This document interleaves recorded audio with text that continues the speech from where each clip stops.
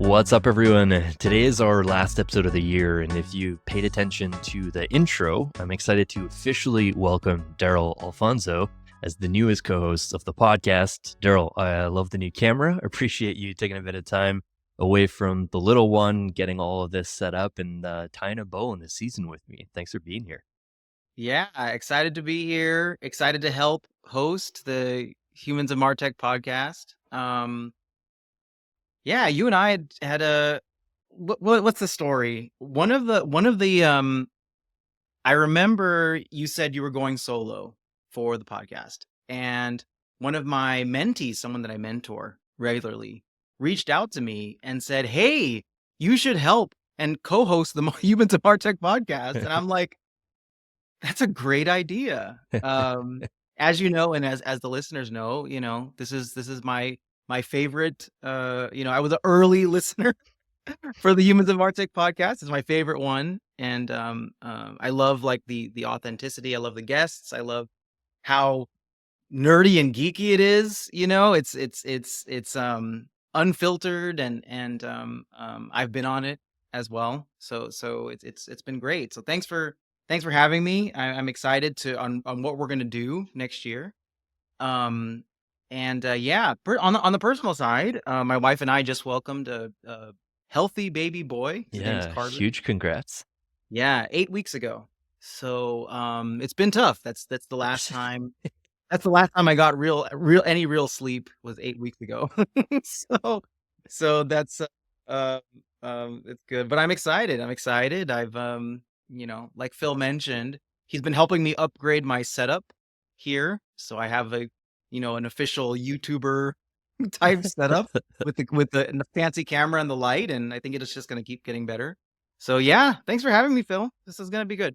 Yeah, all Great. the listeners who want an upgrade on their video setup, I'm offering a course on how to. I just kidding. Oh my Not doing that. It's maybe one day we'll share out like all the different things. 'Cause I have it up in a spreadsheet already for you. So if folks are curious, the tech that allowed us to just like level this up a little bit, we can share that out. But you were just at Mopsapalooza a couple weeks ago, right? Like you shared on LinkedIn the same day driving down, doing the keynote, and then going back home, helping with feeding. How is he sleeping now? Are you like, is that getting a little bit better?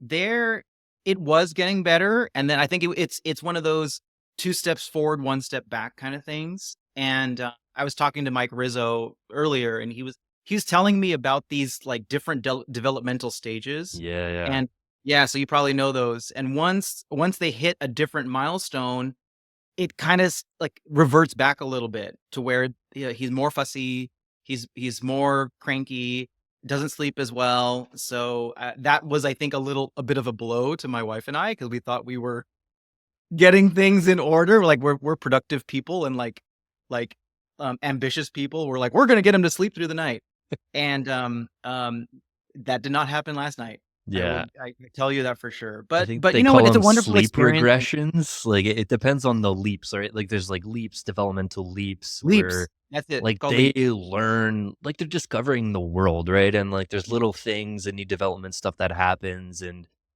there's just going to be regressions on sleep, but it does get better. The first 3 months are really tough. I know Scott Breaker is telling you about Palooza that there's another like tough part when you send them to daycare and then they get sick, but you can look forward to that in in a year and a half or Yeah, so. yeah. That's the part you're in right now, right? You're there. Your daughter's getting sick all the time. It makes Yeah. you sick. We're recording this at the end of November, going into flu season in December, and thankfully, like, the transition to daycare has been really, really easy for a lot of folks. It is a tough, separation period, but it was super smooth for us. But yeah, she's gotten sick a couple of times. My wife's a former kindergarten teacher, so her immune system is, like, mind-blowingly Yeah. strong. She hasn't caught all of them, so she's able to pick up the slack here and there, but I still say that the first 3 months of, like, lack of sleep and running on sometimes, like, no more than an hour or 2 hours Yes, of straight sleep, that's it. it's crazy what that does to the human body. Yeah.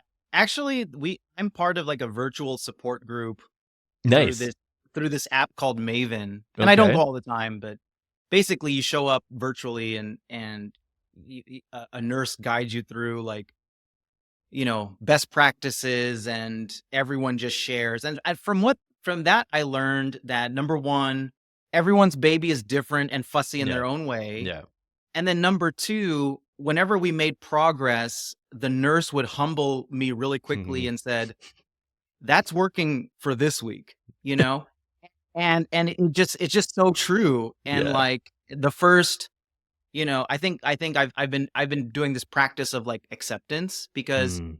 at for the first 12 weeks, like you said, it's really kind of survival mode, Yeah. and Yeah. things are just changing. And it honestly, it's like two steps back, two steps forward, three steps back sometimes. And I think just as a first time parent, learning to accept that, I think has been a challenge, but also like, um, you know, good for me. You know what I mean? It's like Yeah. it's a deep philosophical thing, I think, that I've never had to experience before, but now I have, and Yeah. it's good. It's we're making it through. We're Yeah. making it through. Yeah. We're almost For there. for all the We're through 2 months. for all the obstacles and like the tough parts, I still feel that like the good parts just completely outweigh like some of the tough things. Like a lot of people say like you will forget how tough it was because like you're just like a lot of people have like multiple kids, right? And you're just like, how did you do this multiple times? But I actually read once that the human body is programmed to forget some of the early stages of birth Mhm. specifically, and, like, it's the only reason that, like, the women especially go through this another time Yes, because you I've heard that forget, you part don't before. Yeah. remember a lot of those things, and myself included, like, we're chatting about maybe having a second, and I'm just like, if you would have asked me that last year, like, it would have had a different sense because you don't remember as many of those things, but for all the folks listening who are just like, they don't have kids yet, obviously, it's not only obstacles, right? Like, my wife and I tried for more than a year. Like there was a lot of Oh, bad okay. moments and like deception and disappointment, and we really wanted a kid, and it wasn't as easy as a lot of folks, story Yeah, is to have a kid. So I like to remind folks, because a lot of folks listening maybe that's true. don't have that That's very ability. Maybe true. they tried, they weren't able to. So, it's we're appreciative of like the tough parts and the good parts. And so, Yeah. yeah, wanted to coin that part of the conversation there. But let's dive into some of the Let's topics do it. here. So, yeah, little intro there for the folks. But like I said, you just had a chance to dive into your talk at Mopsapalooza. I watched remotely. I'm excited to go in person next year. Mike's been trying to get Yeah, me I in hope person so. for a couple of years now, but we'll I we'll hope get to so. meet in We can see how person. tall you are.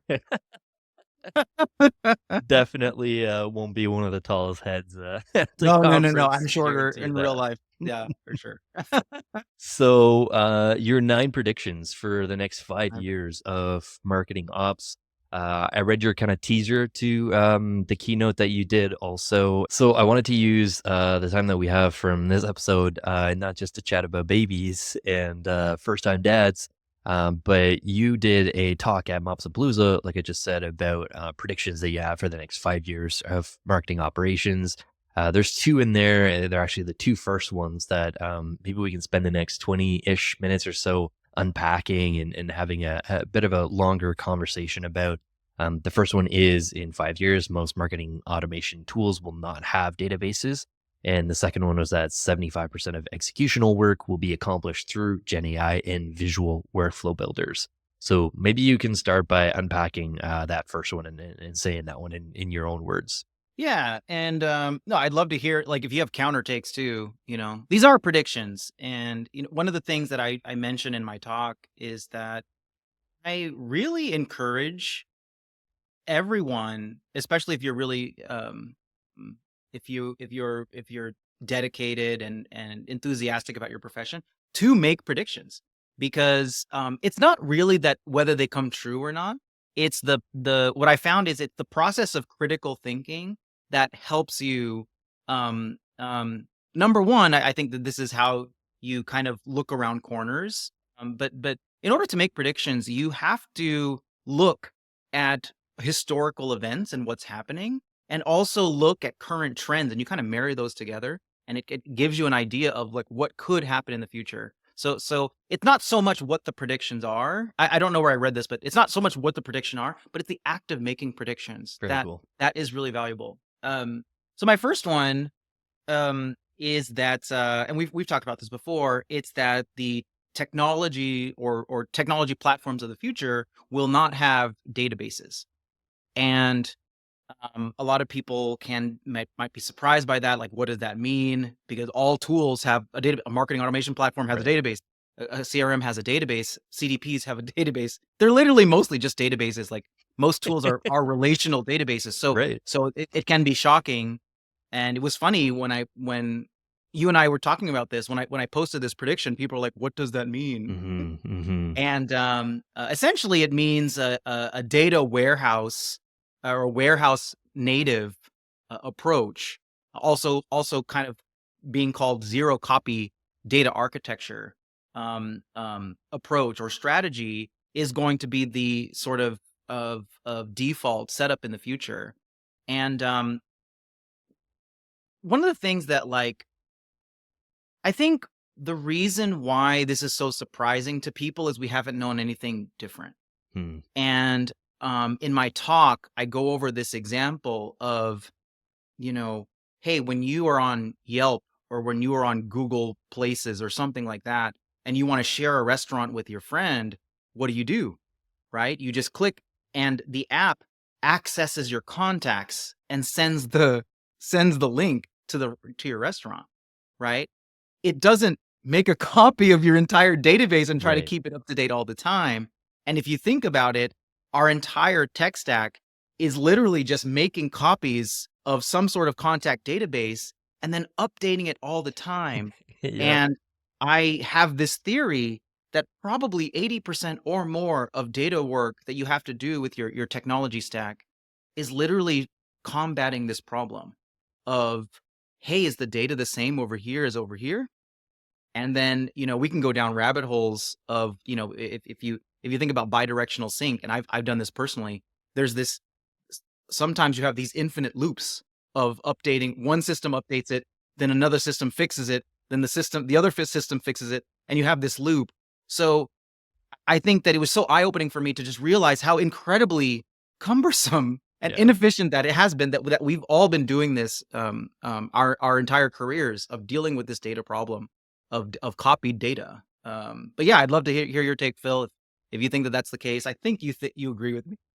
Yeah, I don't think that, like, this is gonna replace APIs completely, but there is an element to this from an API perspective, like different tools talking to each other and passing data from one to the other that is going to be replaced from this. Like, I think this is my favorite prediction that you have in this stack. Like, we're starting off with a bit of a bang here. I think this is inevitable. The question is only when is this gonna happen? Like, back in 2023, a couple of years ago, this is an area that I researched heavily. Like, I discovered this through some of the CDP research that I was doing at the in-house company that I was working at, and I had a ton of experts on the show unpack like packaged versus composable CDP, and it opened up this whole world of the warehouse native zero copy data architecture that the composable CDPs were navigating a bit more towards, right? Like folks from the vendor side were kind of like arguing against warehouse native, but we had folks building warehouse native tool on the show, like Message Gears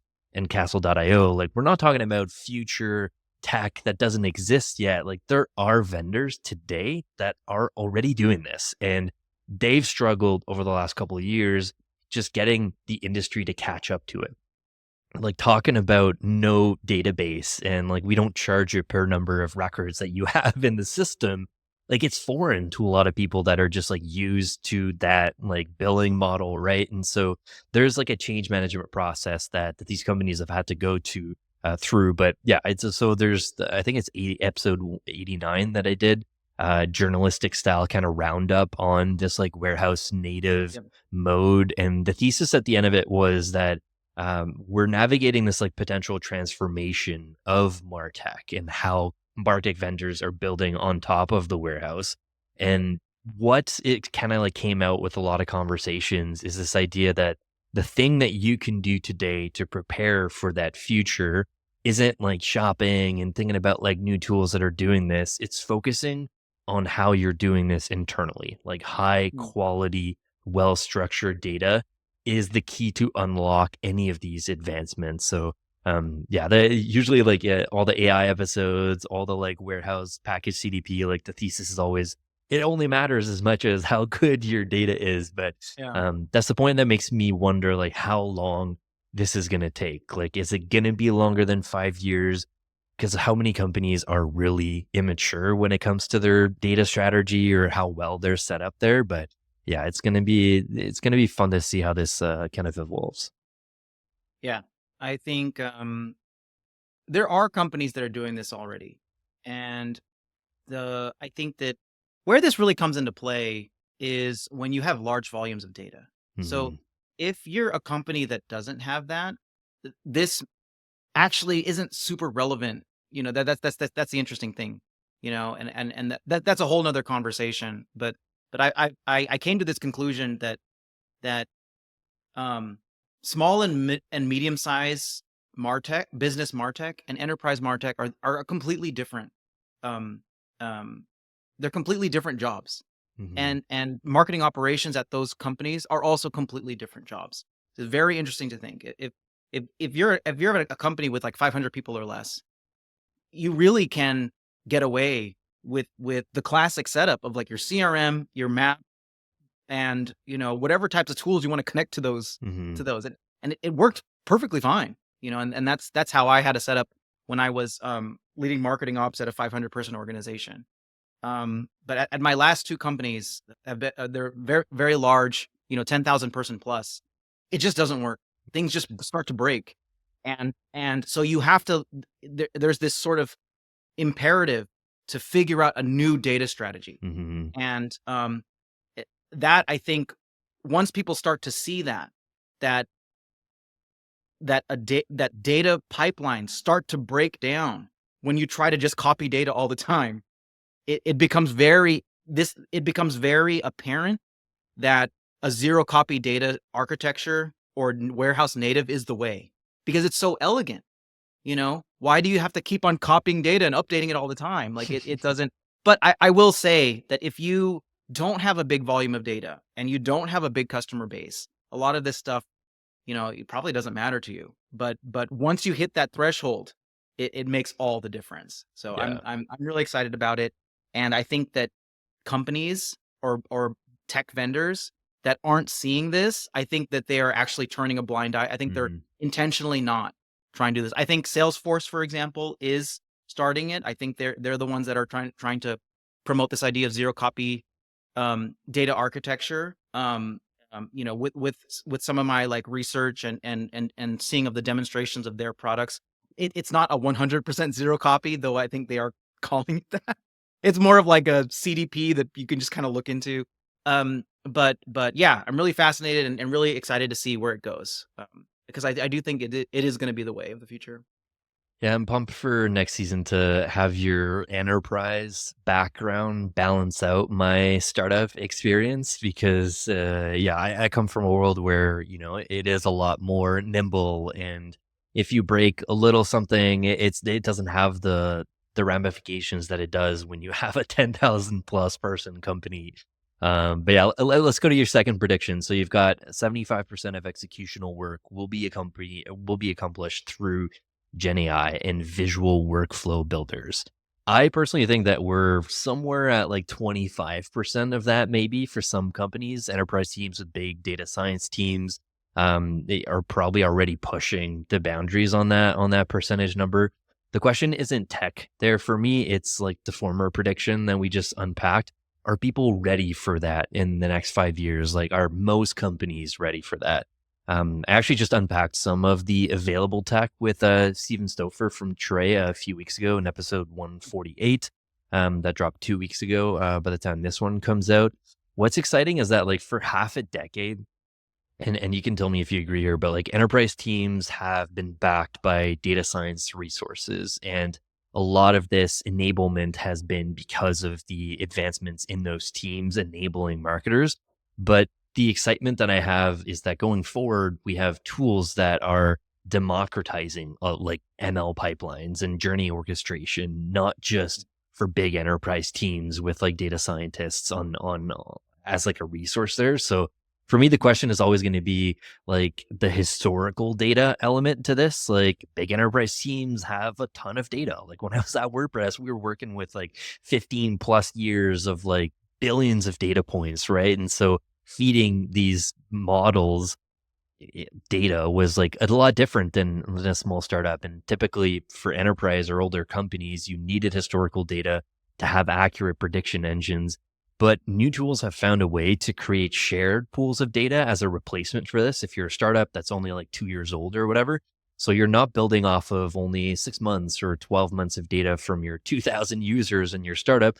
You're building off of a vendor's shared pool of data across hundreds of other similar companies in the same industry. So it's still not as like accurate as having like a 10-year-old company, but like you said, 75% because one thing that came out of all of the doomsday episode that we did on what's like stopping AI from replacing marketers is this idea Mm, that do we still need a human in the loop? Like for now and probably for the next 5 years, humans still have the edge when it comes to the business context, the ethics, the human emotional capabilities compared to Gen AI, just like completely taking this over from folks. One of my favorite takeaways from an episode I did with Action IQ is Tamara Grursberg in episode 88. She introduced me to the term, like they call it human in the loop. Basically, the need for mm. ongoing dialogue between the AI and the marketer to make sure that like all this AI generated content aligns with your brand's unique voice and message, preventing like homogenized marketplace where every brand sounds the same. But yeah, would love for you to unpack that one a bit more. Yeah, there's a ton. I feel, and you know what? A lot of these predictions kind of tie together. Yeah, Of, yeah, that's true. they do they kind of tie together, and I hear your point around, there should be a human still in there. I think there will be. There's also, and I mentioned this when on my episode of the Humans and Martech podcast. There Technology companies are more of like in a bubble and much more forward thinking than the rest of like the different industries. And there are still, you know, companies and marketing teams that do everything just straight HTML. And a few years ago, I was a part of a team like that. Like the tools today are really at a stage where you do not need to do HTML from scratch. And I would argue you shouldn't, but people still do. So so even if AI brings us several steps ahead, you're still gonna have the people like I was listening to a podcast. The yellow pages are still a thing. Like the phone book still exists. Some people still use it. So Yeah. it's really interesting. So I think that when it comes to the prediction of, hey, 75% of our work is going to be Gen AI and visual workflows, it's really interesting to think about MarTech work and marketing operations work as broken down into these two big buckets. One is like manual configuration of the tools, right? And you're just going through and changing all these settings. And then another is like essentially like data analysis. Mhm. So you've broken those up too. So with the manual configuration of the tools, especially now, I've been experimenting with some different tools, but there are tools that you have a visual canvas where you can just connect the tools together, without actually doing the manual configuration. You can just lay it out visually on a canvas. I don't know if you saw the post that I did Yeah. earlier, but Yeah. there's Yeah. a tool that I had called Default, and it literally helps you do MarTech orchestration, multi-tool orchestration on one canvas. So that's the visual workflow. And then when you think about, hey, I need to look at my data to see to understand which customers I want to target, which segments are performing better, how my campaigns are performing, and which, you know, which campaigns are my winners and losers. That is data analysis. And in the future, more and more, it's going to be we're going to migrate over to Gen AI, which essentially means typing and asking these questions of our database, right? We're almost doing it already. Like you Mhm. can kind of see where, B2B follows B2C, but we're doing it already where we're using, when we have questions about our own lives, we're asking like ChatGPT, Perplexity, Google, right? We're asking those questions like, what should we do? And that, I think, I think many people, Paul Wilson included, are predicting that that's how we're going to interact with our databases, just through questions. So I'm really excited about that one. I think that we're already moving in that direction. And I think, to be honest, 75% might be a conservative number of how much we're going to do, how much we're going to is going to change over to AI based and visual based workflows. Yeah, yeah, we'll see how many of us need to update our LinkedIn's and remove marketing ops out of that and put critical prompt thinkers, I think is what some folks are calling this. But yeah, there's a bunch of other predictions there. Maybe we'll do like a part two of this episode to uncover some of these other ones. There's like a bunch that you made on like measurement and MMM versus MTA. Maybe I'll have you jump in on that one because like we're doing like a roundup. This has been a theme that I dived into at the end of this year with a lot of different folks. But yeah, Darrell, I'm pumped to collaborate with you this year. We'll have you on in a bunch of different episodes that we've got coming up. RIP your calendar already. I know I've been adding you to a lot of interviews there, but appreciate you hanging with me so far. Now you got to jump back and chow at the take care of the little one. But yeah, I'm excited, man. Thanks for agreeing to help out. Yeah, I'm excited. It's going to be a good year. It's going to be a good year. It's going to be like a year different than any other for the Humans of Martech podcast and also for me. But yeah, appreciate you having me on and really good to partner with you on this, Phil. Gonna be good. Folks, this was the final episode of 2024. We're taking a bit of a break. This is episode 150, and we'll be back with episode 151 fresh in 2025. That episode is going to be dropping January 7th. So taking a tiny bit of a holiday break, doing 150 episodes so far, and we're aiming to do 50 episodes per year. So taking a couple of weeks off throughout the year, but we've already got a bunch of really exciting guests booked for next season. We already started doing interviews this week for some of those folks. So excited about topics, excited about Darrell coming on the show and jumping into a bunch of these upcoming interviews. And probably going to be doing some solo episodes with Darrell as well.